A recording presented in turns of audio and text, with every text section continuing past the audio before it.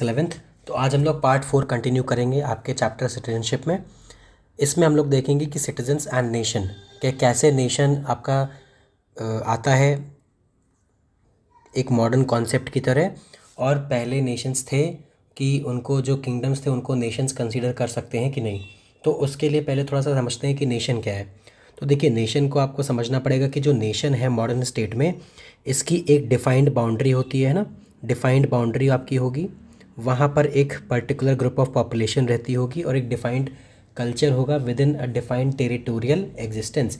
तो जब ये सारी चीज़ें होंगी तो आप कंसीडर कर सकते हो कि नेशन। बट आप अर्लियर किंगडम से अगर इसको कंपेयर करो तो इसके पहले नेशन का कॉन्सेप्ट नहीं था, देयर वर किंगडम्स, क्योंकि किंग्स के टाइम पर वो जिस भी रीजन को कॉन्कर करते थे अपने किंगडम में उसको इंक्लूड करते थे। बट आज के टाइम पर ऐसा नहीं है। अगर इंडिया की जो डिफाइंड बाउंड्री है, तो इंडिया की डिफाइंड बाउंड्रीज़ जब तक कोई और नेशन या तो उसके साथ बैटल में हार नहीं जाता या फिर कोई अटैक करता है या फिर नॉर्मली सरेंडर कर देती है अपनी टेरिटरी इंडिया को, तभी इंडिया का एक्सपेंशन होगा टेरिटरी वाइज। अदरवाइज आप देखोगे कि इंडिया का जो डिफाइंड टेरिटरी है वो उसको एक नेशन बनाएगा, है ना। यूएस का एक फिक्स्ड है, आपका इजराइल का फिक्स्ड है, चाइना का फिक्स्ड है, इस तरीके से। बट पहले क्या होता था कि आप देखते हो कि किंग्स जो थे वो जिस भी जगह को कैप्चर करते थे उसको अपने किंगडम में इंक्लूड कर लेते थे। ठीक, तो आप देखोगे कि ये एक concept of nation state evolve in the modern period. अब देखते हैं कहाँ से।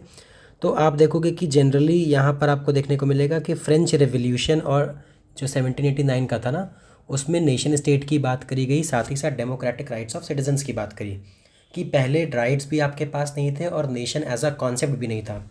तो जब फ्रेंच रेवोल्यूशन इन 1789 होता है, जो आपने क्लास 9th में पढ़ा है, तो आप देखते हो कि वहाँ पर पीपल डिमांड कि वहाँ पर कोई भी क्लासिफिकेशन नहीं होना चाहिए on the basis of wealth, जो उस टाइम पर एग्जिस्ट करता था, नोबल्स एंड क्लर्गी वाला। You are already aware about it. तो आप देखोगे कि उन चीज़ों के लिए डिमांड लोगों ने रखी कि हम लोगों के पास डेमोक्रेटिक राइट्स होने चाहिए, लिबर्टी, इक्वालिटी एंड फ्रेटर्निटी। ये कॉन्सेप्ट वहीं से आया था। ठीक, फिर आप देखोगे कि नेशन के लिए हुआ कि वहाँ पर आपने देखा पार्लियामेंट बनती है, लोग इकट्ठा होते हैं, एक ग्रुप बनाते हैं ताकि रूल कर सकें सब लोग मिलकर। तो इस तरीके की चीज़ें आप देखोगे, ये मॉडर्न कॉन्सेप्ट है नेशन का। अब आपको देखना है कि नेशन स्टेट्स जो हैं, जैसे अपनी बाउंड्रीज डिफाइन रहती है, मैंने अभी आपको बताया है ना। Also a unique culture and shared history. तो जो वहाँ के लोग होंगे उनकी एक जो एक्चुअल पास्ट होगा वो एक शेयर्ड तरीके से होगा। कैसे? एग्जाम्पल के लिए आप इंडिया की बात करो, जैसे एज इंडियंस हम लोग अगर बात करते हैं तो इंडियंस के पास एक शेयर्ड पास्ट है। क्या? अभी हम लोग अगर मॉडर्न इंडियन हिस्ट्री की बात करें तो आप देखोगे कि अगेंस्ट ब्रिटिश हम लोगों का था, कि अगेंस्ट ब्रिटिश कॉलोनियलिज्म। तो एक हम लोगों के पास ये था। एक उसके पहले था कि कई सारे यहाँ पर multi religious multi cultural kingdoms रहे हैं। ठीक है, तो ये सारी चीज़ें आप देखोगे कि एक शेयर्ड हिस्ट्री है ये इंडियन सब कॉन्टिनेंट की, है ना, इंडिया की। ये आपके चाइना में नहीं होगा कि आपका चाइना में कोई किंगडम था तो वहाँ पर आप उससे शेयर करोगे हिस्ट्री। ठीक है, इस तरीके से मतलब हुआ कि जो पास्ट है वो लोग शेयर करते हैं, एक डिफाइंड बाउंड्री होती है, एक यूनिक कल्चर होता है, तब आप उस जगह को नेशन की तरह कंसीडर कर सकते हो। अब इसको एक्सप्रेस करने के लिए क्या हो सकता है? आप फ्लैग यूज़ कर सकते हो। ठीक, नेशनल एंथम हो सकता है, नेशनल लैंग्वेज हो सकती है ना। कुछ सेरेमोनियल प्रैक्टिसेस होती हैं जो किसी पर्टिकुलर नेशन के ही प्रोसीजर में फॉलो की जाएंगी, है ना। जैसे इंडिया की अगर बात करें तो इंडिया में अगर कोई चीज़ नई गवर्नमेंट बाय करती है तो गवर्नमेंट देखती है उसमें कि किस तरीके से चीज़ों को इम्बाइब किया जा रहा है या असिमिलेट किया जा रहा है। तो यहाँ पर पूजा होती है, यहाँ पर आप देखते हो को नारियल को ब्रेक किया जाता है। इस तरीके से आप किसी और कंट्री में जाओगे, वहाँ का रिचुअल कुछ और होगा। तो इस तरीके से आपने देखा कि कल्चरल चीज़ें जो हैं वो भी एक रोल प्ले करेंगी। ठीक, फिर आप देखोगे कि कई सारी जो आजकल मॉडर्न स्टेट्स हैं उसमें डिफरेंट रिलीजन एंड लैंग्वेजेस के लोग रहते हैं। सिंपल सी बात है, क्योंकि आजकल ग्लोबलाइजेशन ज़्यादा है, लोगों का मूवमेंट आना जाना ज़्यादा है, तो you will see people moving from one place to another in other countries as well. तो वहाँ पर आप देखोगे कि इस वजह से काफ़ी पिछले 100 ईयर्स में अगर आप देखो तो कई सारे Nations multi religious multi cultural हो गए हैं। पहले जो एक जगह पर फिक्स रहता था, अब आप देखोगे कि हर रिलीजन ऑलमोस्ट हर लैंग्वेज कहीं ना कहीं बोली जाती है हर नेशन में। वहाँ के कोई पर कुछ लोग होंगे, ग्रुप सोसाइटी जो फॉर्म करेंगे, है ना, कोई बड़ा ग्रुप फॉर्म करेगा, कोई माइनर ग्रुप फॉर्म करेगा, वो डिपेंड करेगा, but still you can find people from all aspects of life and religion and society in anywhere in the world, है ना, मैक्सिमम जगह पर। फिर तो आप देखोगे कि जो डेमोक्रेटिक स्टेट्स हैं उनका पर्पस होता है कि हमको अगर लोगों को नेशनल आइडेंटिटी प्रोवाइड करानी है, दैट मीन्स कि if people want to say कि I belong to this country, तो उनके पास डेमोक्रेटिक कंट्रीज़ के पास, डेमोक्रेटिक स्टेट के पास उसको पॉलिटिकल आइडेंटिटी प्रोवाइड कराते हैं ना। पॉलिटिकल आइडेंटिटी मतलब कि लोगों को रिलीजियस आइडेंटिटी आप नहीं दे सकते हो। क्यों? क्योंकि वहाँ पर मल्टी रिलीजियस लोग रहते हैं ना। अगर हम इंडिया की बात करें तो इंडिया इज़ मल्टी रिलीजियस। यहाँ पर आपको हिंदू, मुस्लिम, सिख, क्रिश्चियन, पारसीज, है ना, you will find each and every one. But आप देखोगे कि इंडिया में कुछ हम लोगों ने क्या क्या रखा है कि अच्छी चीज़ों के लिए सेकुलरिज्म इन्वॉल्व है, और यहाँ पर हमारी जो पॉलिटिकल आइडेंटिटी है that is as an Indian. तो हम लोग इसको कैसे रिप्रेजेंट करते हैं? अपने इंडियन के ट्राई कलर फ्लैग से, ठीक है, आप नेशनल एंथम से। तो ये सारी चीज़ें क्या हैं? ये किसी एक पर्टिकुलर ग्रुप को बिलोंग नहीं करती हैं, ये cut across all the groups हैं, ये सारे एक ग्रुप को कट अक्रॉस करती हैं। दैट मीन्स कि सभी ग्रुप में लाई करेगी, ओवरलैप करेगी, जिससे each and every person will feel included, क्योंकि डेमोक्रेसी का कॉन्सेप्ट यही है दैट एवरीबडी इज़ इक्वल। तो irrespective of religion, culture, region, जो भी वो फॉलो कर रहा है, आप देखोगे कि वो क्या करता है, वो इंडिया से जब अपने आप को आइडेंटिफाई करेगा तो इंडियन नेशनल फ्लैग से, इंडियन नेशनल एंथम से, इस तरीके से, ठीक। तो ये कंट्रीज़ का एक पर्पस होता है डेमोक्रेटिक स्टेट का कि वो अपने सिटीजन्स को पॉलिटिकल आइडेंटिटी प्रोवाइड करे, ठीक। बट क्या होता है, कुछ कंट्रीज़ ऐसी होती हैं, कुछ कंट्रीज़ क्या प्रैक्टिस में जब आप देखते हो तो वहाँ पर आप देखोगे कि कंट्रीज़ अपनी आइडेंटिटी एक पर्टिकुलर तरीके से एक्सप्रेस करती हैं। उसका मतलब ये होता है कि जहाँ पर कुछ मेजॉरिटी लोग उससे रिलेट कर पाते हैं, कुछ माइनॉरिटी लोग रिलेट कर पाते हैं, लेकिन कुछ ग्रुप ऑफ पीपल नहीं भी रिलेट कर पाते हैं। तो इसका सबसे अच्छा एग्जांपल आपका है यूएस का। जैसे अगर यूएस की बात करें कि यूएस, आपको पता है यूएस में वहाँ पे ब्रिटिश और फ्रेंच कॉलोनीज़ थी, तो वहाँ सर दूसरी जगह से इमिग्रेंट्स यूएस में आए, वो लोग सेटल हुए और उन लोगों ने वहाँ पर यूएस को डेवलप किया। तो यूएस में आप देखोगे कि इमिग्रेंट्स दे प्राइड की हाँ हमारे पास जो है इमिग्रेंट पॉलिसी ज़्यादा अच्छी है, हम इमिग्रेंट्स को एक्सेप्ट करते हैं। इस तरीके की चीज़ें आपको देखने को मिलती हैं। तो आप देखोगे कई सारी कंट्रीज़ होती हैं कि उनकी एक पर्टिकुलर आइडेंटिटी होगी ताकि लोग उनसे रिलेट कर पाएँ, और किसी और कंट्री की दूसरी जगह होगी। तो मतलब यहाँ पर कहने का हो गया कि डिफरेंट कंट्रीज़ की डिफरेंट आइडेंटिटी होगी, और लोग उनसे तभी रिलेट कर पाएंगे जब वो उस आइडेंटिटी के साथ जुड़े होंगे या फिर उस तरीके की चीज़ों को एक्सपीरियंस किया होगा, ठीक है। जैसे आप फ्रांस की अगर बात करें, यहाँ पर एग्जांपल फ्रांस का भी दिया है कि फ्रांस क्या है, फ्रांस सेकुलर भी है और इंक्लूसिव भी है। अब सेकुलर का मतलब ये नहीं होता है कि आप इंक्लूसिव नहीं हो सकते हो, बिल्कुल हो सकते हो। जैसे आप फ्रांस में देखो secular, inclusive, secular and inclusive, इसका मतलब ये हो गया कि सेकुलर कोई भी रिलीजन स्टेट के ऊपर नहीं है, या फिर किसी भी रिलीजन को प्रेफरेंस नहीं दी जाएगी। रिलीजन और स्टेट दोनों सेपरेट हैं, सेकुलर का मतलब ये हो गया। फिर आप इंक्लूसिव देखते हो, इंक्लूसिव का मतलब कि एवरीबडी इज़ इंक्लूडेड, सबको हम अपने साथ जोड़कर चलेंगे, सबका साथ वाला कॉन्सेप्ट है ना, सबका साथ सबका विकास। सिमिलर तरीके से इंक्लूसिविटी में, इंडिया इंक्लूसिवनेस में आप देखते हो कि एवरीबडी इज़ इंक्लूडेड। कोई ए ग्रुप को बिलोंग करता है तो वो भी इंक्लूड होगा, बी को बिलोंग करता है, सी को बिलोंग करता है, डी को, किसी भी ग्रुप को बिलोंग करेगा, that person will be included. जैसे फ्रांस में आप देखोगे कि वहाँ पर अफ्रीकन पॉपुलेशन भी मिल जाएगी, आपको यूरोपियन पॉपुलेशन भी मिल जाएगी, ठीक है, आपको वहाँ पर इंडियंस भी मिल जाएंगे, वहाँ पर आपको एशियन मतलब एशिया में ही आपको साउथ ईस्ट एशियंस में थाई मिल जाएंगे, जापानीज़ मिल जाएंगे, मतलब मल्टी कल्चरल जगह है। तो इसका मतलब क्या हुआ कि इट इज़ ऑल इंक्लूसिव, वो सबको अपने साथ लेकर चलते हैं, है ना। तो आप देखोगे कि यहाँ पर कोई ऐसा नहीं है कि किसी एक पर्टिकुलर ग्रुप को प्रेफरेंस दी जा रही है, एवरीबडी इज़ बीइंग इंक्लूडेड। फिर आप देखते हो कि कल्चर और लैंग्वेज भी एक इम्पॉर्टेंट फीचर प्ले करता है as national identity, culture and language. जैसे अगर हम बात करें कल्चर एंड लैंग्वेज की, सबसे अच्छा एग्जांपल कि आप इंडिया के रिस्पेक्ट में और पाकिस्तान के रिस्पेक्ट में समझ लो, है ना। जैसे हम बात करते हैं कल्चर एंड लैंग्वेज की, लोग कहते हैं कि Muslims from India and Muslims from Pakistan will have similar culture, नहीं, इसका एग्जांपल मैं आपको दे दूंगा अभी, है ना। Christians from India and Christians from Pakistan will have similar culture, नहीं, कल्चर का मतलब हो गया कोई भी ऐसी चीज़ जो आपको शो करे कि हाँ आप इस रीजन को बिलोंग करते हो। जैसे दोनों का एग्जांपल समझिए, मैं एक डॉक्यूमेंट्री देख रहा था, उसमें इट वाज अबाउट कि माइनॉरिटीज़ की क्या प्रॉब्लम है पाकिस्तान में, है ना, माइनॉरिटीज़ की प्रॉब्लम थी पाकिस्तान में। तो उसमें जो माइनॉरिटीज़ का इंटरव्यू ले रहे थे, तो जो माइनॉरिटी कम्युनिटी को लोग बिलोंग करते थे क्रिश्चियन, उसमें there was a person named Akbar. अब आप सोचिए, क्रिश्चियन था, इसका नाम था अकबर खान, है तो ये क्रिश्चियन, उसने कहा कि वो क्रिश्चियन है, और उसकी जो फैमिली का जो घर दिखाया गया था, वो सारी चीज़ें आप देखोगे तो वो पूरा क्रिश्चियन, मतलब वहाँ पर जीसस क्राइस्ट थे, वो लोग चर्च भी विजिट करते थे, इस तरीके की चीज़ें थी। तो आप देखो वो पाकिस्तान में है, नाम उसका अकबर है। सिमिलर चीज़ पे आ जाते हैं, क्रिश्चियन इन इंडिया। आप क्रिश्चियंस इन इंडिया देखोगे तो आप यहाँ पर नाम पाओगे, है ना, जैसे एक सिंगर है निखिल डिसूज़ा, निखिल डिसूज़ा, ठीक है। तो ये आपने देखा, वहाँ पर अकबर है, यहाँ पर निखिल है, और दोनों ही क्रिश्चियन है, लेकिन नाम आप देखो डिफरेंट हो गया। फिर आप अगर यूएस चले जाओ, वहाँ पर आप पा जाओगे कोई होगा जॉन, है ना, जॉन मायर्स जैसे एक सिंगर है, जॉन मायर्स।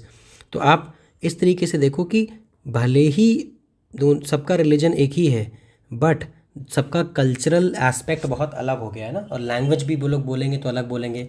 जो पाकिस्तानी क्रिश्चियन था, ही वॉज स्पीकिंग इन अ वे, जो लैंग्वेज का तरीका था वो पाकिस्तानी थोड़ा लहजा था उसमें। जो इंडिया में होंगे उनका इंडिया के जिस रीजन को बिलोंग करते होंगे वहाँ का लहजा होगा, वहाँ का कल्चर या फिर वहाँ की लैंग्वेज उसको इन्फ्लुएंस करेगी। तो आपको ये समझना है कि कल्चर और लैंग्वेज भी एक इम्पॉर्टेंट रोल प्ले करता है आपके नेशनल आइडेंटिटी में, ठीक है। तो आप देखोगे कि जो भी सिटीजन्स होंगे, सारे ही सिटीजन्स इन चीज़ों को अपने में कहीं ना कहीं इम्बाइव करेंगे, because they are not representing a particular religion, they are representing India as a country या फिर their particular country to whichever country they belong. तो आपको ये समझना है, ठीक। फिर रिलीजियस बिलीफ जो है वो प्राइवेट स्फीयर होनी चाहिए, suppose to be belong to private sphere of citizens, and sometimes religious symbols and practices may enter into public lives. इसका मतलब क्या हुआ कि जैसे अगर आप यहाँ पर एग्जांपल जो फ्रांस का दिया है कि, और होना भी चाहिए चीज़ें, कि जैसे आप अगर कोई रिलीजन फॉलो करते हो, कुछ भी करते हो, that is your personal behaviour, personal चीज़ होनी चाहिए, है ना। अगर आप भगवान की पूजा करते हो, आप अल्लाह को मानते हो, आप जीसस क्राइस्ट को मानते हो, तो उसमें आपको शो ऑफ करने की ज़रूरत नहीं है। आप मानते हो, उनको बिलीव करते हो, उनको याद करते हो, उनकी पूजा करते हो, what ever you do that is your personal choice, आप अपने पर्सनल में करोगे, आपको दिखावा नहीं करना है, ठीक। तो यहाँ पर ये बात होती है। लेकिन क्या होता है कि कभी कभी आप देखोगे कि जो रिलीजियस सिंबल्स होंगे, चीज़ें होंगी, वो आपकी पब्लिक लाइफ में एंट्री लेती हैं कैसे, जैसे एंट्री लेंगी, अब वो चीज़ गलत नहीं है, लेकिन कभी कभी होता क्या है कि स्टेट के साथ उसमें क्लैश हो सकते हैं। जैसे यहाँ फ्रांस के एग्जांपल में आप समझोगे, जैसे फ्रांस के एग्जांपल में यहाँ पे दिया है कि सिख स्कूल में बॉयज़ को पगड़ी पहनने से मना कर दिया है ना, मुस्लिम गर्ल्स को हिजाब पहनने से मना कर दिया। अब आप देखो कि कल्चरली जो सिख होते हैं वो लोग पगड़ी पहनते हैं, ठीक है। तो आप ऑल ओवर द वर्ल्ड कहीं पर भी देखोगे वो पगड़ी पहनते हैं, दे कैरी अ नाइफ, है ना, कृपाण जिसको कहेंगे। तो आप उस तरीके से चीज़ देखते हो, ये आपका रिलीजियस सिंबल हो गया। बट जैसे स्टेट है फ्रांस में, उसने क्या कहा कि नहीं, रिलीजन आपका अगर है तो आप उसको पब्लिक स्फेयर में नहीं इंक्लूड कर सकते हो, आप उसको प्राइवेटली फॉलो करो। तो इस तरीके की चीज़ें आती हैं जब आप नए कॉन्सेप्ट्स में, सेकुलरिज्म में देखते हो चीज़ों को, है ना। और साथ ही साथ जैसे मुस्लिम गर्ल्स की बात हो गई यहाँ पर कि उनको हेड स्कार्फ पहनने से मना था, कि आप हेड स्कार्फ नहीं पहन सकते हो, हिजाब, है ना, फ्रांस में मना है। तो ये सारी चीज़ें क्या है कि यहाँ पर स्टेट का रिलीजन के जो एस्पेक्ट्स हैं उनके साथ थोड़ा क्लैश हो रहा है, क्योंकि वो लोग कहते हैं कि आप इससे रिलीजियस सिंबल्स को public sphere of state education में ला रहे हो, कि रिलीजन और जो पब्लिक चीज़ें हैं, पब्लिक एज इन जो सबके लिए हैं, रिलीजन को आप पब्लिक स्फीयर में ला रहे हो, ठीक है।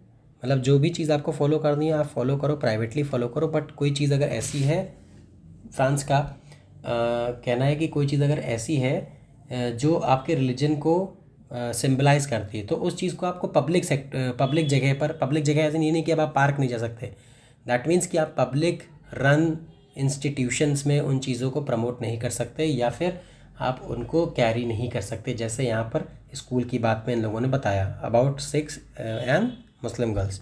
ठीक, फिर आप देखोगे कि इस तरीके की प्रॉब्लम कुछ कुछ रिलीजन्स में आती है। अब जिन रिलीजन्स में इस तरीके की चीज़ें नहीं होती है वहाँ पर कोई प्रॉब्लम नहीं आती है, people continue to follow their religion और चीज़ें को पब्लिकली। जैसे अगर हम बात करें कि हम लोग अगर हिंदुज़म की बात करते हैं तो अपने हिंदुज़म में हम लोग सिर्फ तिलक लगाते हैं, ठीक है, तिलक लगाते हैं। अब कुछ लोग तिलक लगा सकते हैं, कुछ लोग तिलक नहीं लगाएंगे, तो वो डिपेंड करेगा पर्सनली, है ना। बाकी आपका कुछ चीज़ें होती हैं जो आपके रिलीजन स्पेसिफिक बहुत ज़्यादा नहीं है ना, तो ये सारी चीज़ें आपको देखने को मिलेंगी। फिर अब आप देखो कि जैसे criteria for granting citizenship to new applicants varies from country to country. सही बात है। अब सिटीजनशिप ग्रांट करने के लिए हर कंट्री का रूल अलग होगा। अगर इंडिया है उसके रूल्स अलग होंगे, आपने देखा है सिटीजनशिप अमेंडमेंट एक्ट 2019, है ना। पाकिस्तान में कोई सिटीजनशिप लेना चाहेगा तो वहाँ पर कुछ और रूल्स होंगे, यूएस में कुछ और रूल्स हैं। आप देख रहे हो उस समय चीज़ें चेंज हो रही हैं। तो आप देखोगे कि कंट्रीज़ जैसे इजराइल और जर्मनी की अगर बात करें तो रिलीजन, एथनिक ओरिजिन में भी given priority when granting citizenship.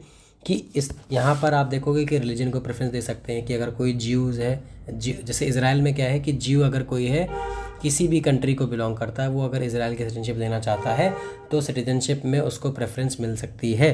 Germany में आप देखते हो कि कोई अगर जर्मनी में एथनिक है वहाँ पर, मतलब अगर वो बाहर शिफ्ट हो गया था जनरेशन्स पहले और अब वो वापस से जर्मनी की सिटीजनशिप लेना चाहता है, तो अगर वो जर्मन एथनिक ओरिजिन्स को बिलोंग करता है तो उसकी जो है अप्रूवल के चांसेस बढ़ जाएंगे। इस तरीके की चीज़ें आप देखोगे। ठीक,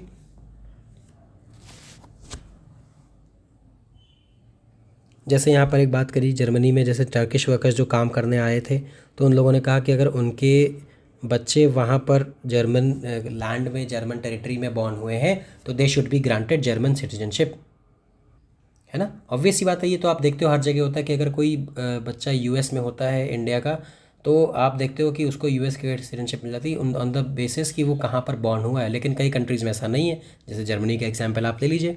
तो जर्मनी में ऐसा नहीं है कि अगर कोई वहाँ पर बॉर्न हुआ है तो उसको मिल जाएगी सिटीजनशिप ऑटोमेटिकली। इंडिया में कोई अगर बॉर्न होता है तो उसको सिटीजनशिप मिल जाती है बच्चे को। और क्या होता है, अगर उसके पेरेंट्स फॉरेनर होते हैं तो बच्चे के साथ पेरेंट्स का बच्चा चला जाता है और फिर क्या होता है कि जब वो 18 ईयर्स की एज अटेन कर लेगा तो उसके पास चॉइस होती है कि वो इंडियन सिटीजनशिप ले सकता है, क्योंकि वो यहाँ पर बॉर्न हुआ था। अदरवाइज़ वो अपने मदर और फादर की जो भी सिटीजनशिप होगी, नेशनैलिटी होगी, वहीं पर कंटिन्यू करेगा। ठीक है, तो आप देखोगे कि हर कंट्री में इस तरीके की चीज़ें डिफ़र करती रहती हैं।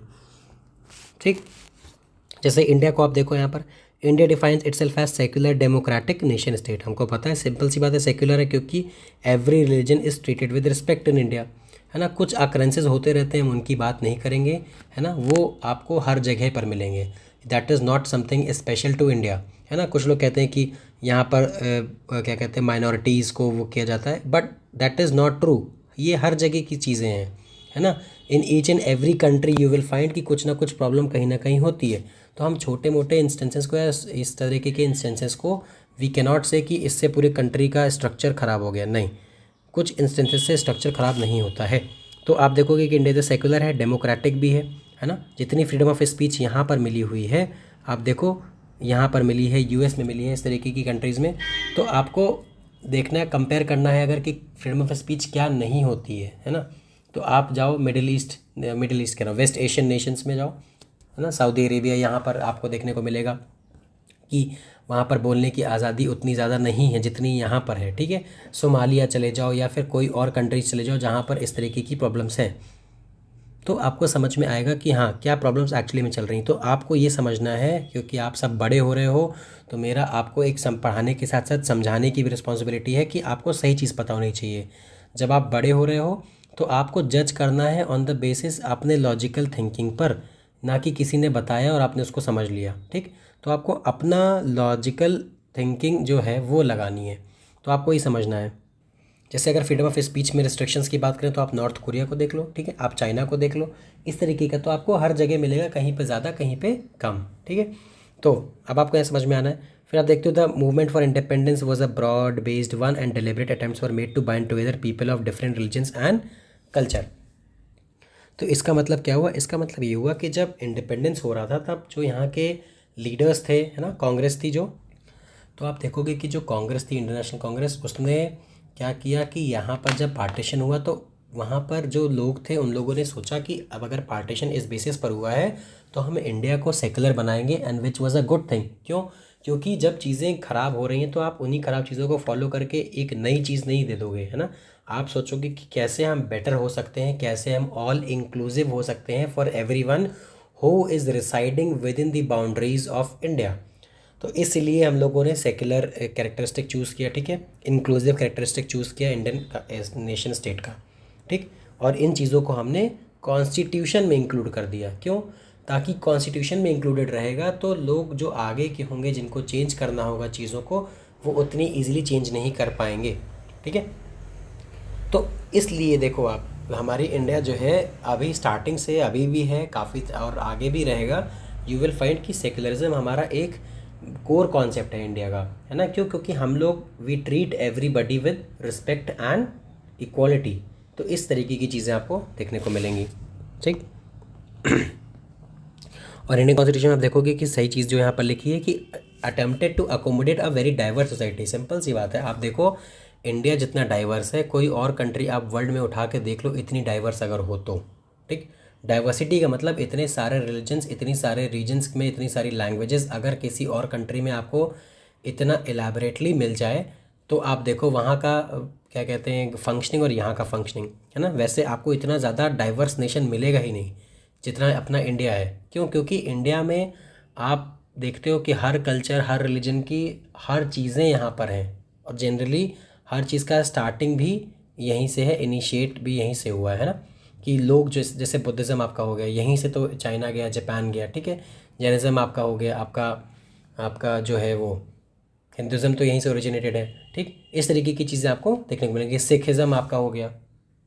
तो आप देखोगे कि इंडिया एक बहुत डाइवर्स नेशन है, और इसको डाइवर्सिटी मेंटेन करने के लिए जो हमारे कॉन्स्टिट्यूशन मेकर्स थे उन लोगों ने बहुत अच्छे से चीज़ों को किया, और हर एक डाइवर्सिटी को इंक्लूड कर सकें इस तरीके से इन्होंने सबको फुल और इक्वल सिटीजनशिप प्रोवाइड करने के लिए चीज़ों को इंक्लूड किया। एससीज, एसटीज़, है ना, शेड्यूल्ड कास्ट, शेड्यूल्ड ट्राइब्स, जैसे विद इन रिलीजन्स आपको इतने सारे चीज़ें डिफरेंट मिल जाती हैं, है ना। फिर विमेन जिनको राइट्स नहीं थे, तो इंडिया में जब आपका कॉन्स्टिट्यूशन आता है तो सबसे पहले विमेन को राइट्स इंडिया में देखो जैसे ही इंडिपेंडेंस होती है तुरंत मिल जाता है।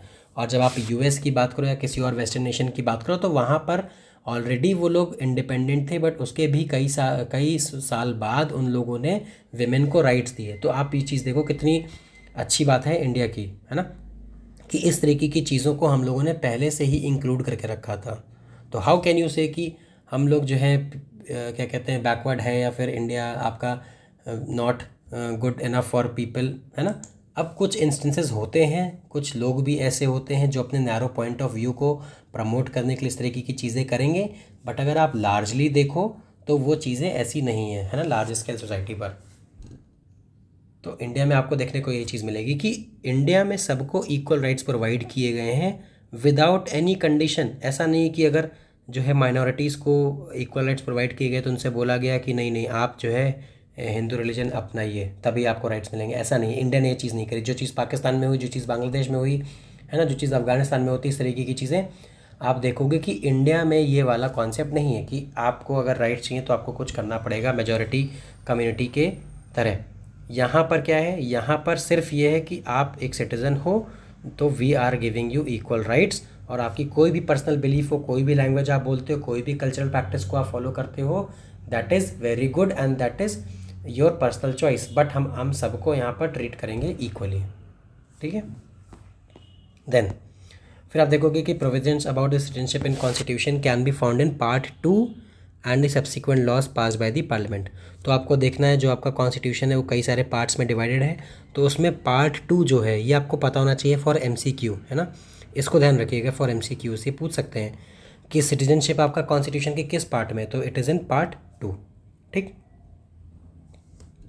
तो अब आप देखो कि इंडिया में जो है डेमोक्रेटिक एंड इंक्लूसिव नोशन है सिटीजनशिप का। सिंपल सी बात है, डेमोक्रेटिक मतलब कि लोगों को आप सबको इक्वलिटी है, कोई भी ऐसा सिटीजन नहीं होगा कि वो अगर अलग तरीके से ट्रीट किया जाएगा उसको, है ना।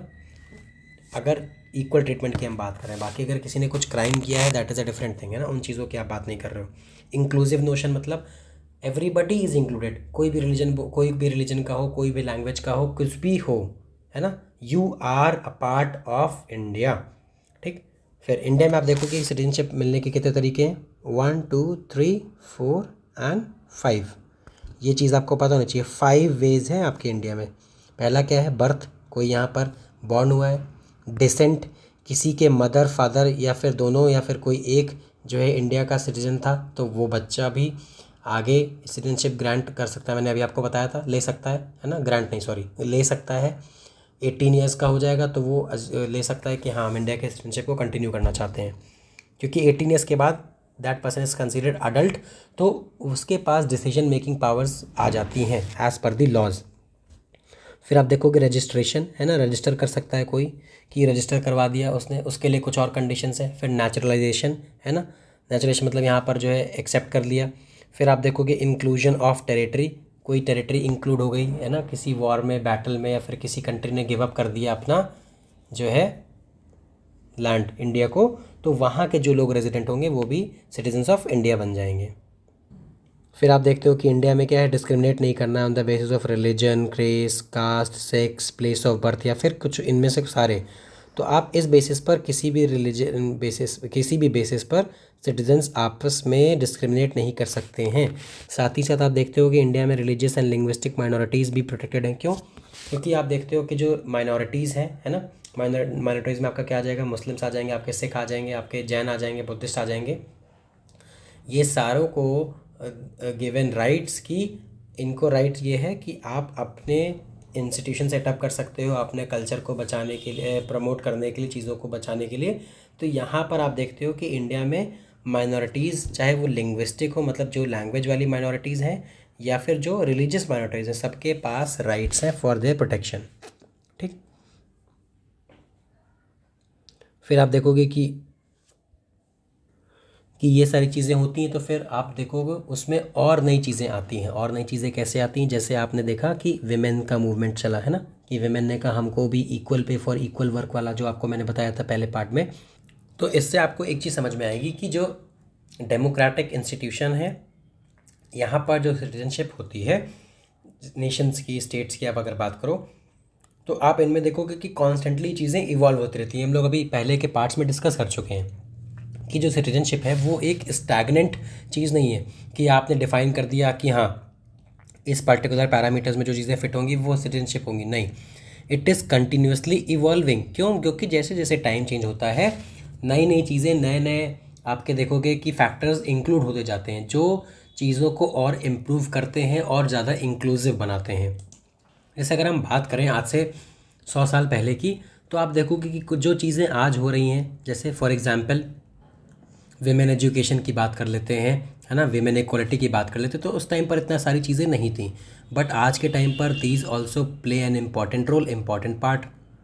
तो आपको ये समझना है कि उससे क्या हुआ कि नई चीज़ें इवॉल्व हुई, तो सिटीजनशिप में उन चीज़ों को और बढ़ा दिया गया अच्छे से, है ना, कि एवरीबडी इज़ इक्वल। तो आपको ये चीज़ देखनी है कि नई डिमांड्स, है ना, नई चीज़ें कंटिन्यूसली इवॉल्व होती रहती हैं आपके सिटीजनशिप में।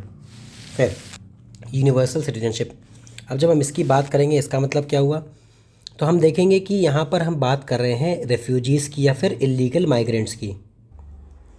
तो आप देखते हो कि यहाँ पर जब हम रेफ्यूजीज़ और इलीगल माइग्रेंट्स की बात करते हैं, तो आपको समझ में आएगा कि लोग जो अपनी कंट्री से भाग के दूसरी कंट्री में गए हैं due to war, due to क्या कहते हैं, जेनोसाइड, कुछ भी हो सकता है रीज़न, है ना। एशिया, अफ्रीका से लोग जा रहे हैं पेमेंट करके। जैसे आपने पता होगा कि लोग इंडिया से भी और साउथ ईस्ट नेशंस के लोग भी जिनको लीगली वीज़ा नहीं मिल पाता है, दीज पीपल पे सम एजेंट्स उनको अमाउंट पे करते हैं ताकि वो उनकी एंट्री जो है यूरोप में, यूएस में, यूके में, इस तरीके की जगह पर करवा सके, कनाडा में, है ना। तो आपने जैसे शाहरुख खान की एक मूवी देखी होगी, दुनकी नाम था शायद उसका, है ना, दुनकी, शाहरुख खान की मूवी थी, हाँ। तो उसमें आप देखते ना कैसे इलीगली उन लोगों को पैसा देकर एंट्री करवाते थे विदाउट लीगल वीज़ा। तो इस तरीके की चीज़ें होती हैं। तो आप जब देखते हो रेफ्यूजीज़ या फिर इलीगल माइग्रेंट्स की बात करते हैं, तो सबसे पहले यही सारे कॉन्सेप्ट हमारे में आते हैं ना। फिर यहाँ देखते हो कि या तो ऐसे लोग आते हैं जो लोग वॉर्स के थ्रू डिस्प्लेस हुए हैं अपनी कंट्री से, या फिर उन पर एट्रॉसिटीज़ हो रही थी तो वो लोग वहाँ से फ्ली करके दूसरी जगह पर असाइलम लेने गए, है ना। तो आप ये चीज़ समझो, तो इसका मतलब क्या हुआ, अब हम यूनिवर्सल सिटीजनशिप की बात कर रहे हैं तो हम लोग ऐसे लोगों की बात क्यों कर रहे हैं, क्यों, क्योंकि होता क्या है, जब ये अपनी कंट्री से फ्ली करते हैं और नई कंट्री में जाते हैं तो वहाँ पर इनको सिटीजनशिप नहीं मिलती है। क्यों, देखते हैं क्यों। इसलिए नहीं क्योंकि जनरली आप कंसीडर करते हो कि जो लोग किसी एक कंट्री में रह रहे हैं या फिर वर्क कर रहे हैं उन्हीं को सिटीजनशिप मिलनी चाहिए, इस तरीके के रेफ्यूजी या फिर इलीगल माइग्रेंट्स को सिटीजनशिप नहीं मिलनी चाहिए, है ना। क्योंकि सब कंट्रीज़ कहती हैं कि उनके अपने कुछ पर्सनल सिटीजनशिप के लॉज हैं, कुछ आइडियाज़ हैं जिनको वो फॉलो करेंगे, then only they can grant citizenship, है ना। हम लोग अगर हाइपोथेटिकल बात करें कि अभी हम लोग बात करते हैं कि इंडिया इज़ ऑल इंक्लूसिव, है ना, यूएस में भी इमिग्रेंट्स आते हैं, लेकिन आप देखते हो इन सब चीज़ों के बावजूद यू विल फाइंड कि लॉज इन प्लेस रिस्ट्रिक्ट क्या कहते हैं मूवमेंट ऑफ पीपल, क्योंकि अगर आप सबको ही ऐसे इंक्लूड करने लगोगे without any law, without any verification या फिर चीज़ें, तो प्रॉब्लम पड़ेगी, बढ़ेगी कंट्री की, है ना। रिसोर्सेज पर आपके प्रेशर पड़ेगा, आपकी क्या कहते हैं सिटीजन्स को बाकी प्रॉब्लम होगी। तो इस तरीके से आप देखते हो कि though we talk about an inclusive citizenship, universal citizenship, but still हम लोग उन चीज़ों को प्रॉपरली जो है क्राइटेरिया फिक्स करने के बाद ही फॉलो करते हैं। अगर हमने कोई क्राइटेरिया फिक्स नहीं किया तो it will be a problematic situation for any country. तो आप देखो कि जो लोग वॉर से डिस्प्लेस हुए हैं, परसिक्यूशन से, फेमाइन से, किसी और रीजन से, तो जनरली उनको नहीं लेती है कोई भी कंट्री, लीगली नहीं लेती है, एक्सेप्ट नहीं करती है एज सिटीजन्स। अगर हम बात करें रोहिंग्यास की, तो रोहिंग्यास फ्ली करके म्यांमार से आपके आए इंडियन टेरिटरी में, ठीक है, यहाँ पर आए तो इनको इलीगली ये आए हैं, और साथ ही साथ इनको माइग्रेंट कंसीडर किया था, रेफ्यूजी कंसीडर किया था, not a full citizen, because problem बढ़ेंगी रिसोर्सेज पर। अगर आप देखो एक चीज़, लोग कहते हैं कि इन लोगों को सिटीजनशिप देनी चाहिए, आप अगर सिटीजनशिप ऐसे सबको देने लगोगे तो it will be a problematic situation. क्यों, क्योंकि आपकी कंट्री के रिसोर्सेज पे फ़र्क पड़ेगा। आप सिर्फ इसको रिलीजन से कंसीडर करके देखना है। As a student of political science आपको अपना माइंड ब्रॉडन करना है, अपना कॉन्सेप्ट ब्रॉडन करना है, ठीक है। तो आप पॉलिटिकल साइंस जब पढ़ते हो तो आपको सिर्फ उसको एक नैरो पॉइंट ऑफ व्यू से नहीं देखना है, आपको एक मल्टीपल डाइवर्स व्यू से देखना है कि हाँ इससे कंट्री पर क्या फ़र्क पड़ेगा, रिसोर्सेज पे क्या फ़र्क पड़ेगा, सिटीजन्स पे बाकी क्या फ़र्क पड़ेगा, ठीक। तो आप देखो कि ऐसे ही इंडिया की पॉपुलेशन इतनी ज़्यादा है, अगर इसमें भी हम लोग और लोगों को इंक्लूड करते जाएंगे चीज़ों को, तो आप उनसे क्या कर सकते हो, उससे प्रॉब्लम सिचुएशंस अराइज होंगी, है ना। तो इस वजह से आप किसी भी कंट्री में अगर देखो, है ना, सिर्फ इंडिया की बात नहीं है, आप यूएस में देखो, आप इज़राइल में देखो, आप जो है सऊदी अरेबिया में देखो, आप मिडल ईस्ट वेस्ट एशिया में किसी कंट्री में देखो, तो every country has some particular क्या कहते हैं फिक्स्ड रिसोर्सेज। उनके पास फिक्स्ड रिसोर्स हैं, किसी के पास भी अनलिमिटेड रिसोर्स नहीं है, और उन रिसोर्सेज को those countries are utilising it for their citizens. अगर वो दूसरों को इसके साथ शेयर करेंगे तो सिटीजन्स के साथ प्रॉब्लम होगी कि सिटीजन्स को क्या मिलेगा, उनके साथ उनकी चीज़ें जो उनका हक था that is going to someone else, है ना। इस तरीके की चीज़ें। बट आप देखोगे कि सिटीजनशिप इन लोगों को इसीलिए नहीं मिलती है, इस तरीके की चीज़ों को किसी में भी रेफ्यूजी में जनरली तुरंत ही सिटीजनशिप ग्रांट नहीं करती है कोई भी कंट्री, बिकॉज कंट्रीज़ को जो है एक आइडिया होता है कि हमें सिटीजनशिप किसको ग्रांट करनी है, किस बेसिस पर करनी है, ठीक है। तो वो उनका जो आइडिया है, उनका जो लॉफुल स्ट्रक्चर है, उसी को जब फॉलो करेंगे then only they will grant citizenship. फिर अब कई कंट्रीज़ की आप बात करते हो, अगर देखते हो तो वहाँ पर जो है रेफ्यूजीज़ को एक्सेप्ट कर लेते हैं ना, जैसे जर्मनी में एक्सेप्ट कर लेते हैं, या फिर आपके यूरोपियन नेशंस में आप जाओगे, स्वीडन में हो गया, नीदरलैंड्स में हो गया, वहाँ पर एक्सेप्ट कर लेते हैं। बट उससे क्या होता है कि प्रॉब्लम भी आती है। आप एक्सेप्ट कर रहे हो सबको, उनमें से कौन किस तरीके का आया है आपकी कंट्री में, क्या माइंडसेट से आया है, क्या चीज़ें होगा, तो उससे आपकी कंट्री पे भी प्रॉब्लम आएगी। अगर हम मान लें कि 10 लोगों को एक्सेप्ट किया, उसमें से 9 लोग अच्छे थे, एक जो था वो टेररिस्ट मेंटालिटी का था या फिर किसी और जो है एंटी सोशल बिहेवियर का था, तो उससे क्या होता है कि आप उसको आइडेंटिफाई नहीं कर पाओगे जब तक वो कोई काम नहीं करेगा गलत, है ना, कोई क्राइम जब तक नहीं करेगा। तो इस तरीके की चीज़ें आपको देखने को मिलेंगी कि कंट्रीज़ क्या करती हैं कि हर किसी रेफ्यूजी को एक्सेप्ट नहीं करती हैं, बिकॉज सबको एक्सेप्ट कर लेंगी तो it will create a problem of security risk, है ना। जैसे इंडिया में आप देखो तो इंडिया में जो लोग होते हैं आपके जो इंडिया ने सिटीजनशिप अमेंडमेंट एक्ट अप्लाई किया था, पास किया था, उसमें आप देखते हो कि बांग्लादेश, पाकिस्तान, अफ़गानिस्तान, इन कंट्री से जो माइनॉरिटीज़ फ्ली होकर इंडिया आती हैं तो उनको सिटीजनशिप मिलती है। उसमें भी कुछ रिस्ट्रिक्शंस हैं, ऐसा नहीं है कि सबको सिटीजनशिप मिल गई तुरंत ही। देखिए न्यूज़ में हर चीज़ गलत भी बताते हैं, तो आपको चीज़ें वेरीफाई करनी पड़ेंगी, या फिर आप देखते हो व्हाट्सएप से नहीं आपको चीज़ें करनी है ना, कि व्हाट्सएप पे आया ऐसा ऐसा हो गया। आपको खुद जाना है, सर्च करना है, everything is available on internet आज के टाइम पर।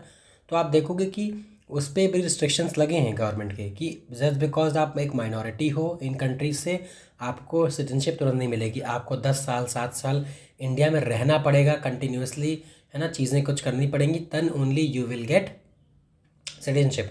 तो ये भी एक हेक्टिक सिचुएशन है। ऐसा नहीं है कि आप 5-6 साल 7 साल कहीं आपको माइनॉरिटी कोई होती है, रेफ्यूजी कोई होती है, उसको तुरंत आता है, उसको मिल जाती है, ठीक। तो ये सारी चीज़ें आपको समझनी पड़ेंगी। तो आप देखो जो ये आजकल स्टेटलेस लोग हैं ना, स्टेटलेस जो रेफ्यूजीज़ की हम बात कर रहे हैं, तो आप देखोगे कि इनकी जो प्रॉब्लम है ये वर्ल्ड की one of the important problems है। क्यों? क्योंकि वॉर होता है, लोग डिस्प्लेस होते हैं, है ना, दूसरी कंट्री में लोग जाते हैं, तो इससे क्या होता है, चीज़ें इफ़ेक्ट होती हैं। भले ही आप देखो अगर एक कंट्री पर इफेक्ट हो रही है ना, इस कंट्री में जो लोग जा रहे हैं यहाँ पे इफेक्ट हो रही है, इस कंट्री से आ रहे हैं, बट इसका आप देखो ग्लोबलाइजेशन की वजह से हर जगह पर नेगेटिव इम्पैक्ट या इम्पैक्ट इसके आपको देखने को मिलेंगे। क्यों? क्योंकि जैसे लोग आएंगे, फ्ली करके आएंगे, वो कहीं सेटल होंगे तो वहाँ के लोकल लोग उनको अलाउ नहीं करेंगे, फिर उनमें कॉन्फ्लिक्ट होगा, इस तरीके की चीज़ें वहाँ पर अराइज होंगी, ठीक। तो आपको ये देखना है कि क्या सिटीजनशिप इस तरीके की चीज़ों का सोल्यूशन दे सकती है ना, जो इन लोगों की प्रॉब्लम होती है। तो क्या सिर्फ सिटीजनशिप देने से ये प्रॉब्लम सॉल्व हो जाएंगी? तो हम इस पर आगे डिस्कस करेंगे अभी ग्लोबल सिटीजनशिप में, और इसमें आपका चैप्टर ये वाला ख़त्म, ठीक। तो अब हम ग्लोबल सिटीजनशिप की अगर बात करें तो ग्लोबल सिटीजनशिप का मतलब क्या हो गया, पहले स्टेटमेंट्स कुछ पढ़ लेते हैं। क्या कि आपका जो है सुनामी जब आई थी 2004 में, तो कई सारी कंट्रीज़ ने एक्सप्रेस किया था कि हाँ, जहाँ कंट्रीज़ में प्रॉब्लम हुई है वहाँ पर हम उनको हेल्प करेंगे, ठीक है। International networks like terrorist link today. अब आप देखते हो कि टेररिस्ट किसी एक रीजन में रहते हैं तो वहाँ से वो मल्टीपल जगह पर ऑपरेट करते हैं। अगर कोई टेररिस्ट पाकिस्तान में बेस्ड है तो वो इंडिया में नहीं, बिना आए भी चीज़ों पे अटैक करता है या फिर प्रॉब्लम्स क्रिएट करता है। साथ ही साथ आप देखते हो कि जो यूएन है ना, वो भी मल्टीलैटरल मल्टी नेशन आपका वो है, ये एक इंस्टीट्यूशन। तो वहाँ पर मल्टीपल कंट्रीज़ इन्वॉल्व होती हैं, चीज़ों के सोल्यूशन के लिए डिस्कस करती हैं। कोरोना जैसा आपका एग्जाम्पल एक ले सकते हो कि कोरोना के टाइम पर क्या हुआ, वर्ल्ड में स्टार्ट कहीं से हुआ और अफेक्ट पूरी वर्ल्ड हो गई, है ना। तो उससे क्या देखने को मिला कि अब जो है ग्लोबली सिटीजनशिप एक एक्सेप्टेड आइडिया हो गया है ना, कि सिटीजनशिप जो है वो अब ग्लोबल लेवल पे हो गई है, क्योंकि हम सब इतना इंटरकनेक्ट हो गए हैं इंटरनेट के थ्रू, है ना, सेलफोन्स के थ्रू, टेलीविज़न्स के थ्रू, कि जो चीज़ें पहले 1 महीना 2 महीना लेती थी एक पार्ट से दूसरे पार्ट में जाने में, वो आजकल तुरंत विद इन सेकेंड्स। अगर आप इंडिया में कोई चीज़, कोई नया ट्रेंड देखते हो इंस्टाग्राम पर, तो वो तुरंत बाहर चला था। कोई बाहर का ट्रेंड होता है वो तुरंत इंडिया में इंस्टाग्राम पे आ गया, रील्स पे आ गया। या फिर आप देखते हो कोई न्यूज़ बाहर हो रही है, कोई नई टेक्नोलॉजी आ रही है, उसके बारे में जो डिस्कशन है, तो वो डिस्कशन वहाँ पर हो रहा है, तो उसके with in few hours India में भी आपको चीज़ें देखने को मिलेंगी कि हाँ, वो क्या चीज़ की वहाँ पर बात हो रही थी। तो इससे क्या होता है, आप देखते हो जो सिटीजनशिप है वो ग्लोबल हो गई है और बहुत ज़्यादा कनेक्टेड हो गए हैं, ठीक है। लोग लिंक हो गए हैं, भले ही नेशन उनका दूसरा है, कोई यूएस में है, कोई इंडिया में है, even though people are thousands of kilometers apart, still they are connected with each other, है ना, और बहुत कम टाइम में एक दूसरे से इन्फॉर्मेशन शेयर कर लेते हैं। ठीक है। तो इस तरीके की चीज़ों को अगर हम और अच्छे से चीज़ों को इंक्लूड करें तो हम इससे एक ग्लोबल सिटीजनशिप के कॉन्सेप्ट को और ज़्यादा इम्प्रूव कर सकते हैं, ठीक। तो आप देखो कि नेशनल सिटीजनशिप की अगर बात करें तो ये सिटीजन्स को क्या करना चाहिए, प्रोटेक्शन प्रोवाइड करते हैं, राइट्स प्रोवाइड करते हैं, है ना। बट स्टेट्स आजकल देखो आप खुद ही प्रॉब्लम्स में हैं। यहाँ पर जो बात करी गई है क्या, कि states today are faced with many problems which they can not tackle by themselves.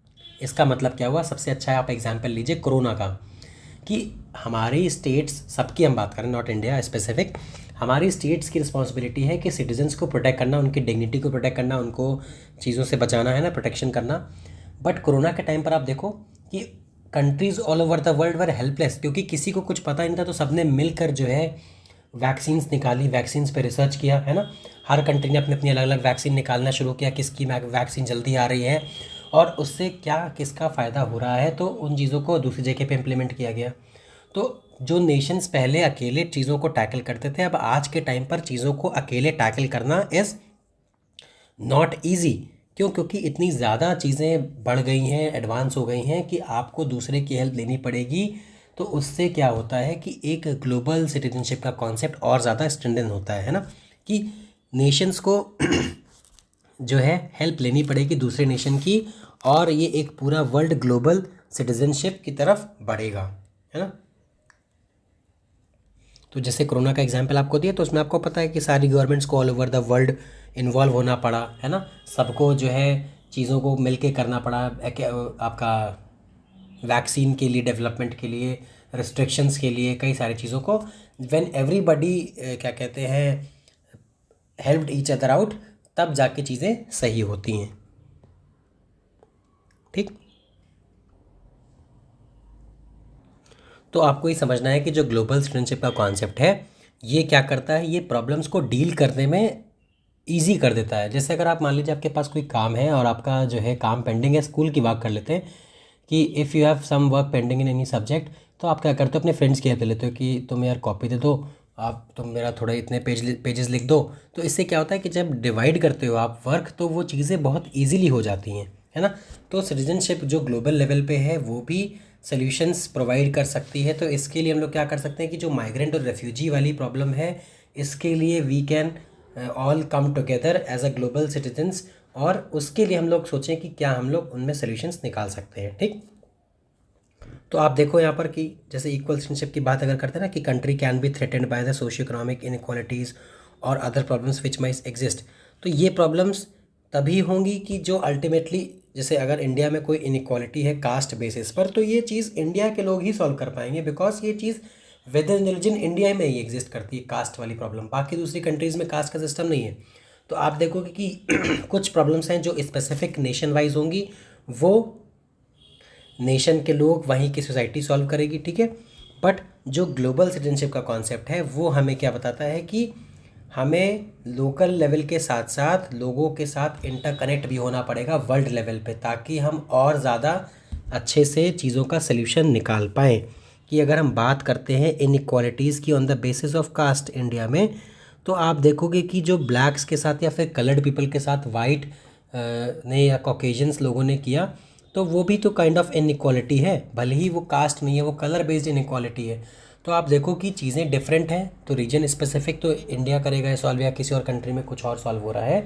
But आप जब मिल के काम करोगे, तो आपके पास और बेहतर सल्यूशंस आएंगे, जिससे आप और ज़्यादा इनोवेटिव तरीके से चीज़ों को सॉल्व कर पाओगे और इम्प्रूव कर पाओगे एज अ सोसाइटी, है ना। तो हमें क्या करना है, नेशनल सिटीजनशिप का जो कॉन्सेप्ट है ना, उसको आप जो है सप्लीमेंट करना है। सप्लीमेंट मतलब इसके साथ लेकर चलना है ग्लोबल सिटीजनशिप को। ठीक, तो आप जो है एक बेटर तरीके से चीज़ों को इम्प्रूव कर पाओगे अपने एज अ वर्ल्ड, चीज़ इम्प्रूव हो पाएंगी, एज अ नेशन इम्प्रूवमेंट आएगी। क्यों? क्योंकि सब लोग साथ मिलके चल रहे हैं। ठीक, तो आई होप आपको ये चैप्टर अच्छे से समझ में आ गया होगा। मैंने कोशिश करी है कि मैं अच्छे से आपको डिटेल तरीके से पूरा बता दूं। ठीक है, आपको कोई इशू होगा, कोई प्रॉब्लम होगी, तो प्लीज़ डू कमेंट, मैं आपके क्वेश्चंस ले लूँगा, और जो नेक्स्ट वीडियो होगा क्वेरी वाला, उसमें हम उन चीज़ों को डिस्कस कर लेंगे। Thank you class, have a wonderful day. अच्छे से पढ़िए, ऑल द बेस्ट।